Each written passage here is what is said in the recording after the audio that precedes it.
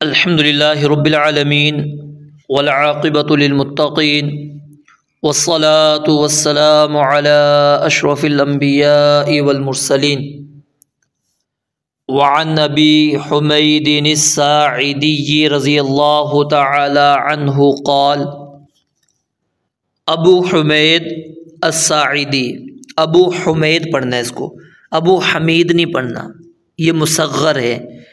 ان کے نام کے اندر اختلاف ہے، بعض کہتے ہیں کہ ان کا نام عمر ہے اور بعض نے ان کا نام منذر بن سعد بن منذر نقل کیا ہے، اور بعض نے ان کا نام مالک انصاری خزرجی مدنی وہ ان کا نام نقل کیا ہے، اور یہ ساعدہ کی طرف منسوب ہیں۔ ساعدہ کون تھا؟ ابو الخزرج، جو خزرج کے باپ ہیں، خزرج کے باپ ان کی جانب یہ منسوب ہیں۔ شہید احدن وما بعدہا، اور یہ جنگ احد کے اندر بھی شریک ہوئے اور اس کے بعد والے جو غزوات ہیں اس کے اندر بھی شریک ہوئے، اور سیدنا امیر معاویہ رضی اللہ تعالیٰ عنہ کی یا تو خلافت کے آخر میں یا پھر یزید کی ابتدائی خلافت کے اندر ان کی وفات ہوئی ہے سن 61 ہجری میں، سن 61 ہجری میں۔ تو ابو حمید الساعدی، ان کا نام عمر یا منذر بن سعد بن منذر یا پھر مالک انصاری، یہ تینوں نام ان کے بیان کیے جاتے ہیں۔ تو ابو حمید الساعدی رضی اللہ تعالی عنہ سے روایت ہے، بیان فرماتے ہیں رأیت، میں نے دیکھا، رأیت میں نے دیکھا رسول اللہ صلی اللہ علیہ وآلہ وسلم، رسول مکرم صلی اللہ علیہ وآلہ وسلم کو۔ اس حدیث کے اس لفظ سے رأیت سے بعض علماء نے یہ استدلال کیا ہے کہ مقتدی اگر نماز کی حالت میں وہ امام کو دیکھ لیتا ہے تو اس سے اس کی نماز خراب نہیں ہوگی، نماز نہیں ٹوٹے گی، کیونکہ رأیت میں نے دیکھا۔ اب وہ ظاہر ہے نبی علیہ السلام کو نماز پڑھتے ہوئے نماز کی حالت میں بھی دیکھا، یہ بھی احتمال موجود ہے، اور نماز کے باہر کا بھی دیکھنا بھی ہو سکتا ہے۔ تو بہرحال علماء نے یہ استدلال یہاں سے کیا ہے، تو میں نے آپ کو بتلا دیا جو استدلال علماء نے کیا یہاں پر۔ اور اسی طرح نبی مکرم علیہ السلام کا خود کا بھی یہی ہے نا کہ مجھے جہنم دکھائی گئی اور جنت دکھائی گئی، ٹھیک ہے۔ پھر ایک مرتبہ آپ نماز پڑھا رہے تھے، آپ تھوڑا پیچھے ہٹے، آپ نے فرمایا کہ آگ مجھ پر پیش کر دی گئی تھی، یعنی جہنم میں نے دیکھی ہے ایک دفعہ آپ لب کے آگے کی طرف، تو آپ نے فرمایا کہ جنت کے پھلوں کی طرف میں لبکا۔ تو یہ کیا ہے نماز کے اندر، مطلب تھوڑا بہت وہ دیکھ لیا ہے تو اس سے نماز فاسد نہیں ہوتی۔ ابو حمید الساعدی رضی اللہ تعالیٰ عنہ سے روایت ہے، بیان فرماتے ہیں رأیت رسول اللہ صلی اللہ علیہ وآلہ وسلم، میں نے دیکھا نبی مکرم علیہ السلام کو۔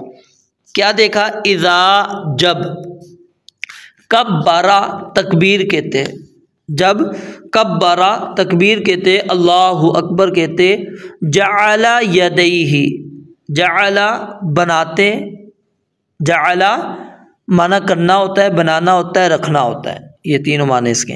جعل یدیہ لیکن یہاں پر رفع کے معنی کے اندر ہم کریں گے کہ اذا کبرا، جب تکبیر کہتے، جعل یدیہ تو اپنے دونوں ہاتھوں کو بلند کرتے، جعل یدیہ اپنے دونوں ہاتھوں کو، یدیہ تثنیہ ہے، ٹھیک ہے، جعل یدیہ اپنے دونوں ہاتھوں کو بلند کرتے، اٹھاتے، حذو برابر، حذو برابر، من کی بیہ، ٹھیک ہے، یہ بھی تثنیہ ہے، حذو برابر من کی بیہ اپنے دونوں کندھوں کے، اپنے دونوں کندھوں کے برابر اپنے ہاتھوں کو اٹھاتے۔ کب؟ اذا کبرا، جب تکبیر کہتے۔ حذ یہ کیا ہے؟ حذاء کے معنی میں ہے، برابری کو کہتے ہیں، اور اسی لیے جوتوں کو حذائین کہتے ہیں کیونکہ وہ ایک دوسرے کے برابر ہوتے ہیں۔ اور من کی بیہ، یہ من کی بن کی تثنیہ ہے، اس سے مراد کندھا ہے۔ اب کیا ہے؟ ہاتھوں کو کندھوں کے برابر کرنے سے مراد کیا ہے؟ ہتھیلی کو کندھے کے برابر کرنا یا انگلیوں کے پوروں کو کندھوں کے برابر کرنا یا ہتھیلی کی جڑ کو کندھے کے برابر کرنا۔ روایات میں ان تینوں باتوں کا تذکرہ ہمیں ملتا ہے، اور یہ تینوں جو احادیث کے اندر طریقے آئے ہیں غور سے دوبارہ سنیں کہ ہاتھوں کو آپ نے کندھوں کے برابر کرنا ہے۔ جعل یدیہ حذو منکبیہ، کہ وہ اپنے دونوں ہاتھوں کو اٹھاتے دے اپنے دونوں کندھوں کے برابر۔ اس سے مراد کیا ہے؟ ہتھیلی کو، یہ جو ہتھیلی ہے ہتھیلی کو کندھے کے برابر کرنا۔ ہتھیلی کو کس کے برابر کرنا؟ کندھے کے برابر۔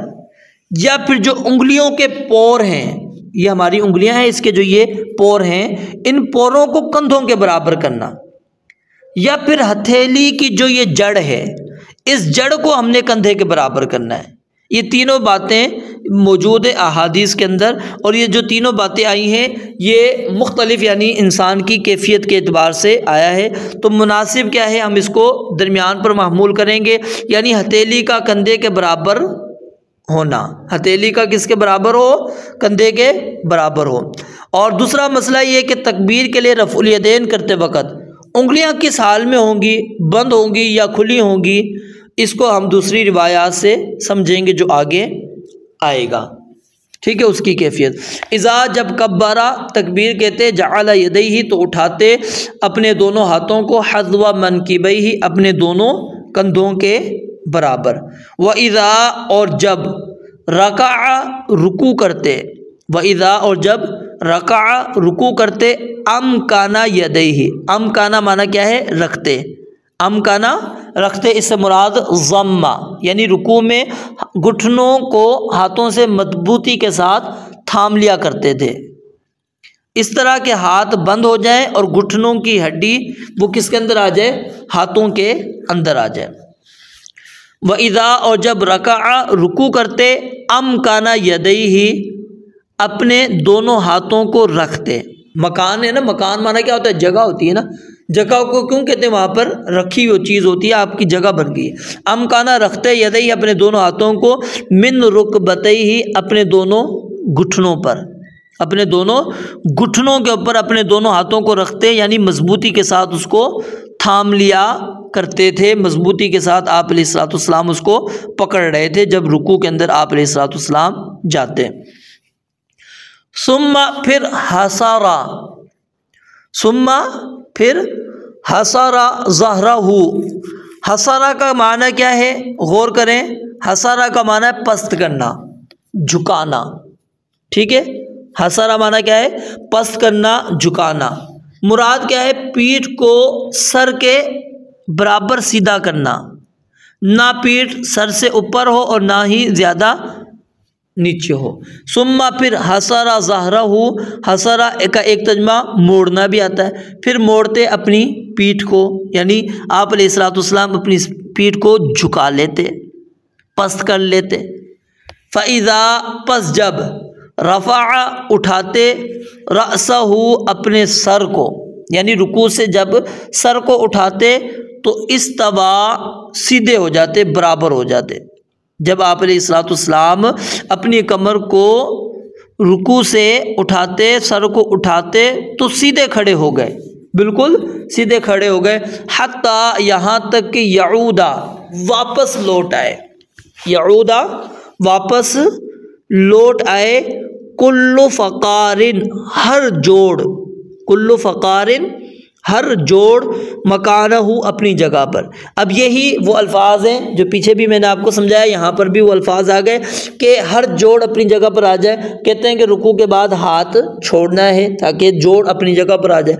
جو باندھنے والے وہ کہتے ہیں قیام کے اندر حالت ہی یہی ہے کہ نماز کے اندر جب آپ کھڑے ہوں گے تو آپ کے ہاتھ کیا ہیں؟ بندھے ہوئے ہوں گے، تو اس لیے وہاں پر واپس آ جائیں۔ اور یعود کل فقارن سے مراد، یعود کل فقارن علی مکانہ سے مراد بھی یہی ہے کہ انسان بالکل سیدھا ہو جائے اور جو اس کی ریڑھ کی ہڈی ہے وہ اپنی جگہ پر آ جائے، کیونکہ رکوع کے اندر جب انسان کیا تھا وہ ہڈیاں اپنی طبی جگہ سے ہٹ گئی تھیں، اور وہ جب قومہ میں کھڑا ہوا ہے تو وہ اپنی جگہ کے اندر لوٹ آئی ہے۔ اور اسی طرح فقار کا لفظ یہ بھی سمجھ لیں، سر سے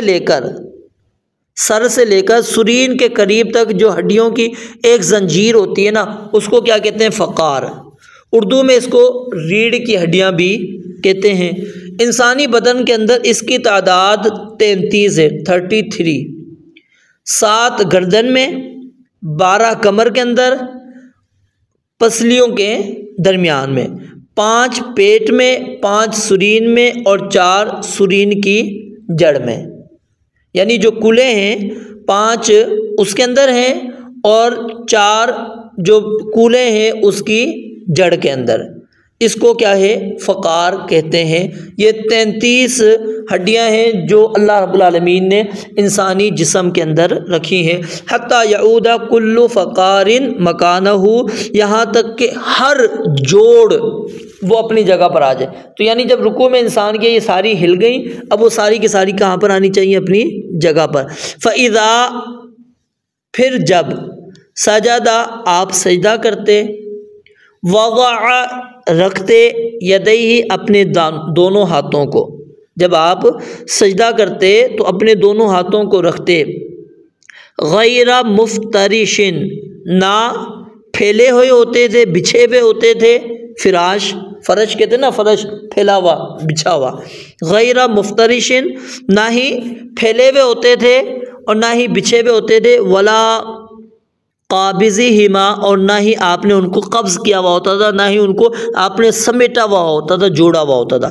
یعنی آپ کو اس طرح سمجھے کہ نبی علیہ الصلوۃ والسلام وہ کلائیوں کو نہ ہی زمین پر بچھاتے تھے، ٹھیک ہے، صرف سجدے میں کیا رکھتے تھے؟ اپنی ہتھیلیوں کو، کلائیاں زمین پر نہیں بچھاتے تھے، ان کو اٹھا کر سیدھا رکھتے تھے، اور پیٹ اور پہلوؤں سے بھی وہ جدا ہوتی تھی، اتنی کھلی بھی نہیں ہوتی تھی کہ ساتھ والے نمازی کو کیا ہو؟ تکلیف پہنچتی ہو، ٹھیک ہے۔ ولا قابضہما، اور نہ ہی ان ہاتھوں کو آپ نے سینے کی طرف ملا کر رکھا ہوا تھا کہ سجدہ آپ مطلب جم کر کرتے تھے، لیکن یہ کہ وہ جسم کے ساتھ آپ نے اپنے ہاتھوں کو ملایا ہوا نہیں ہوتا تھا۔ یہ آپ کی سجدے کی کیفیت یہاں پر ابو حمید الساعدی رضی اللہ تعالیٰ نے بیان کی۔ واستقبلا، اور مزید غور کریں یہاں پر، واستقبلا، اور رخ پھیر لیتے، باطراف اصابع رجلیہ، اپنے دونوں پاؤں کی انگلیوں کے کناروں، اپنے دونوں پاؤں کی انگلیوں کے کناروں کا رخ پھیر لیا کرتے تھے، القبلہ، قبلے کی طرف۔ اب الگ دیکھیں ترجمہ، واستقبلا، اور رخ پھیر لیتے، باطراف، کنارے، اصابع، انگلیاں، رجلئی، دونوں پاؤں، دونوں پاؤں کی انگلیوں کے کناروں کو قبلے کی جانب آپ رخ پھیر لیا کرتے تھے۔ یعنی جب سجدہ کرنا ہے تو آپ نے زمین کے اوپر مضبوطی کے ساتھ پاؤں رکھنا ہے، اور اپنے پاؤں کی انگلیوں کا رخ آپ نے کس کی جانب کرنا ہے؟ قبلے کی جانب۔ یہ بھی غور کر لیں، اس کے اندر بھی بہت غلطی پائی جاتی ہے ہماری۔ وَإِذَا، اور جب، جلسا، بیٹھتے، فی الرکعتین، 2 رکعتوں میں، جب یہ پہلے تشہد کا ذکر آ رہا ہے، ٹھیک ہے۔ وَإِذَا، اور جب، جلسا، بیٹھتے، فی الرکعتین، 2 رکعتوں میں، جلسا، تو بیٹھتے، علی رجلہ الیسری، بائیں پاؤں پر، بائیں ٹانگ پر، ٹھیک ہے۔ آپ بیٹھتے کس کے اوپر؟ بائیں الٹا جو پاؤں ہے اس کے اوپر، یعنی آپ کے کولا کس کے اوپر ہوتا تھا؟ بائیں ٹانگ کے اوپر۔ وَنَصَبَ، اور آپ کھڑا رکھتے، الیمنا، دائیں پاؤں کو، اور دائیں پاؤں کے کھڑے رکھنے کی کیفیت پچھلی حدیث کے اندر آپ نے پڑھ لی ہے کہ وہ کس طرح آپ نے اپنے دائیں پاؤں کو آپ نے کھڑا کرنا ہے، آپ نے کس طرح اپنے دائیں پاؤں کو کھڑا کرنا ہے، وہ چیز آپ نے پیچھے بھی پڑھ لی، میں نے آپ کو بتا دیا بھی تھا۔ وَنَصَبَ الْيُمْنَى، اور وہ دائیں پاؤں کو کھڑا رکھتے۔ وَإِذَا جَلَسَ، اور جب بیٹھتے، فِي الرَّكْعَةِ الْآخِرَةِ، آخری رکعت میں۔ اب یہ آخری رکعت وہ دوسری یعنی 2 نمازوں والی جیسے فجر ہے وہ بھی مراد ہو سکتی ہے، اور اسی طرح 3 رکعت والی نماز مغرب وہ بھی ہو سکتی ہے، 4 والی ظہر عصر عشاء یہ بھی مراد ہو سکتی ہیں۔ جب آخری رکعت ہوگی اس کے اندر بیٹھنے کی کیفیت کیا تھی؟ وَإِذَا، اور جب جلسہ بیٹھتے، فِي الرَّكْعَةِ الْآخِرَةِ، آخری رکعت کے اندر، قدامہ، تو آپ آگے بڑھاتے، قدامہ، آگے بڑھاتے، رجلہ الیسری، اپنے بائیں پاؤں کو، یعنی اپنے بائیں پاؤں کو تھوڑا سا آپ آگے کی طرف نکالتے ہیں۔ ونصب الاخری، اور دوسرے پاؤں کو کھڑا رکھتے، جس طرح پہلے تشہد میں آپ نے دائیں پاؤں کو کھڑا کیا، بائیں کو اس کے نیچے سے آپ نے تھوڑا سا نکالنا ہے۔ وقعد، اور آپ بیٹھتے، علی مقعدتہ، اپنی مقعد پر، اپنی سرین پر، اپنی سرین پر، اپنی مقعد کے اوپر آپ بیٹھتے۔ اخرجہ البخاری، اس حدیث کو امام بخاری رحمۃ اللہ علیہ نے روایت کیا ہے۔ اب اس حدیث مبارکہ کے اندر بنیادی طور پر نماز ادا کرنے کا طریقہ موجود ہے، اور جو چیزیں آئی ہیں وہ میں نے اشارتاً بھی آپ کو سمجھا دی ہیں، مزید میں آپ کو سمجھا دیتا ہوں۔ پہلی بات اس حدیث کے اندر کیا آئی کہ جب آپ نے نماز شروع کرنی ہے تو نماز شروع کرتے وقت آپ نے تکبیر تحریمہ کہنی ہے، اور یہ نماز کا رکن ہے۔ اور تکبیر تحریمہ کن الفاظ کے ساتھ کہنی ہے وہ بھی میں نے آپ کو پچھلے درس کے اندر بتا دیا تھا، سبق میں بتا دیا تھا، واللہ اکبر کے ساتھ۔ دوسرا، تکبیر تحریمہ میں ہاتھوں کو کندھوں تک اٹھائیں گے۔ تکبیر تحریمہ میں ہاتھوں کو کہاں تک اٹھانا مشروع ہے؟ کندھوں تک، ٹھیک ہے۔ اب بعض لوگ کیا کرتے ہیں یہاں پر غلطی، وہ غلطی کی نشاندہی میں کر دیتا ہوں کہ وہ کانوں کی جو لو ہے اس کے اوپر اپنی انگلیاں لگا دیتے ہیں۔ یہ طریقہ کار درست نہیں ہے، اس طرح کی طریقہ نبی مکرم علیہ الصلوۃ سے ہمیں نہیں ملتا۔ پھر علماء نے تکبیر تحریمہ میں رفع الیدین کرنے کی 2 حکمتیں بیان کی ہیں۔ پہلی یہ ہے کہ بندہ اپنے اور رب کے درمیان جو حجاب پردہ ہے وہ اس ذریعے سے اٹھا رہا ہے، ہٹا رہا ہے، دور کر رہا ہے، اور انسان اپنے آپ کو غفلت سے باہر کر رہا ہے۔ اور دوسرا یہ کہ رفع الیدین یہ نماز کی زینت ہے، اور یہ بات بھی مشاہدے میں ہے کہ ہاتھوں کو اٹھائے بغیر تکبیر جو ہے یہ ناقص سی لگتی ہے۔ تو یہی چیز ہم آپ کو بھی کہیں گے، جب پہلی تکبیر کے اندر ہاتھ اٹھانا، جب اللہ اکبر آپ کہہ رہے اور ہاتھ آپ نہیں اٹھا رہے ہیں، اس سے آپ کہتے ہیں کہ تکبیر ناقص سی لگ رہی ہے، تو رکوع میں جاتے ہوئے بھی تو پھر تکبیر ناقص لگنی چاہیے نا، وہاں پر بھی پھر ہمیں کرنا چاہیے۔ تو بہرحال یہاں پر نبی علیہ السلام کا جو عمل سیدنا ابو حمید الساعدی رضی اللہ تعالیٰ نے بیان کیا وہ کیا ہے کہ اذا کبر جعل یدیہ حذو منکبیہ، کہ جب آپ اللہ اکبر کہتے تو اپنے دونوں ہاتھوں کو کندھوں کے برابر آپ علیہ السلام اٹھاتے تھے۔ تو واضح کر دیا تھا میں نے کندھوں کے برابر ہاتھ اٹھانے کا مسئلہ، یعنی کہ کس طرح آپ نے اٹھانا ہے، کہاں تک اٹھانا ہے، کس انداز میں اٹھانا ہے۔ تو کانوں کی لو کو پکڑنا یہ درست نہیں ہے۔ پھر اسی طرح اس کے اندر، اس حدیث کے اندر رکوع کا طریقہ نبی علیہ السلام نے بیان کیا کہ رکوع میں گھٹنوں کو مضبوطی کے ساتھ، یعنی ہاتھ گھٹنوں کے اوپر مضبوطی کے ساتھ آپ نے جما کر رکھنے، گھٹنوں کے اوپر ہاتھ رکھتے ہوئے لٹکانا نہیں، ہاتھوں کو ڈھیلا نہیں رکھنا، یہ خلاف سنت ہے۔ اور رکوع میں کمر آپ کی بالکل سیدھی ہو، نہ اونچی ہو، ٹھیک ہے، اور نہ ہی پست ہو کہ اونچی ہو کہ کمان سی لگے، پست ہو کہ گھڑا سا لگے، بلکہ کمر بالکل رکوع کے اندر وہ برابر رکھنی چاہیے۔ اور پھر جب رکوع سے اٹھنا ہے، قومہ میں آنا ہے، تو اعتدال کے ساتھ بالکل سیدھا کھڑا ہو جانا ہے، جیسا کہ پچھلی حدیث کے اندر ابو ہریرہ کی پڑھی تھی، اس میں اطمینان کی وضاحت موجود تھی۔ پھر سجدے کے اندر وضاحت آ گئی کہ کلائیاں زمین پر نہیں بچھانی، ٹھیک ہے، آگے اس کی مزید وضاحت آئے گی کہ آپ نے کلائیاں کیوں نہیں بچھانی۔ اور پھر اسی طرح یہاں پر نبی مکرم علیہ السلام نے سجدے کے اندر آپ کی انگلیوں کا رخ جو ہے، پاؤں کی جو انگلیوں کا رخ ہے وہ کس جانب ہونا چاہیے؟ قبلہ رخ ہونا چاہیے، ٹھیک ہے۔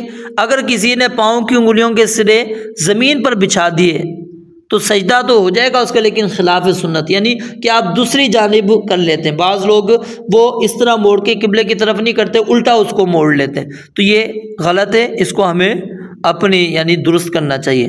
اور سجدوں کے اندر دونوں پاؤں کی جو کیفیت ہے، حالت ہے، وہ کیسے ہونی چاہیے؟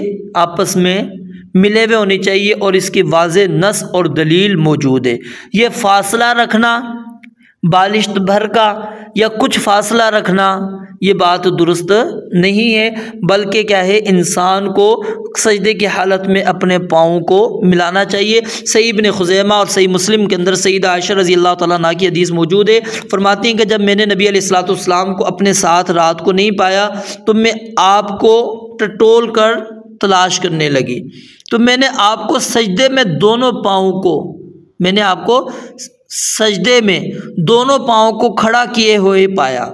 اب ظاہر سیدہ عائشہ نے ہاتھ ایک دفعہ مارا، دو دفعہ تو نہیں مارا نا، ایک مرتبہ مارا، اگر فاصلہ ہوتا تو پھر ایک پاؤں پر جاتا نا، ہاتھ دونوں پر نہیں جانا تھا، تو ایک دفعہ جب انہوں نے ہاتھ مارا تو نبی علیہ الصلوۃ والسلام کے دونوں قدم کو آپ نے محسوس کیا، اور کیسے محسوس کیا کہ آپ کے دونوں پاؤں کھڑے ہوئے تھے، بچھے ہوئے نہیں تھے۔ تو یہ اس بات کی واضح نص اور دلیل ہے کہ دونوں پاؤں آپ علیہ الصلوۃ والسلام کی نماز میں ملے ہوئے تھے، دونوں پاؤں آپ کے ملے ہوئے تھے، اور حکمت بھی یہی ہے کہ دونوں پاؤں کو ملانا چاہیے، اس طرح انسان ساتر حالت کے اندر ہوتا ہے، ستر اس کا محفوظ ہوتا ہے۔ تو بہرحال ہمیں اسی طرح جو نبی علیہ الصلوۃ والسلام کا عمل ہے اسی عمل کو ہمیں اختیار کرنا چاہیے، فاصلہ کر کے ہم پاؤں رکھ لیں زمین پر، سجدہ کریں، سجدے میں پاؤں ملے ہوئے نہ ہو، تو یہ بات درست نہیں ہے۔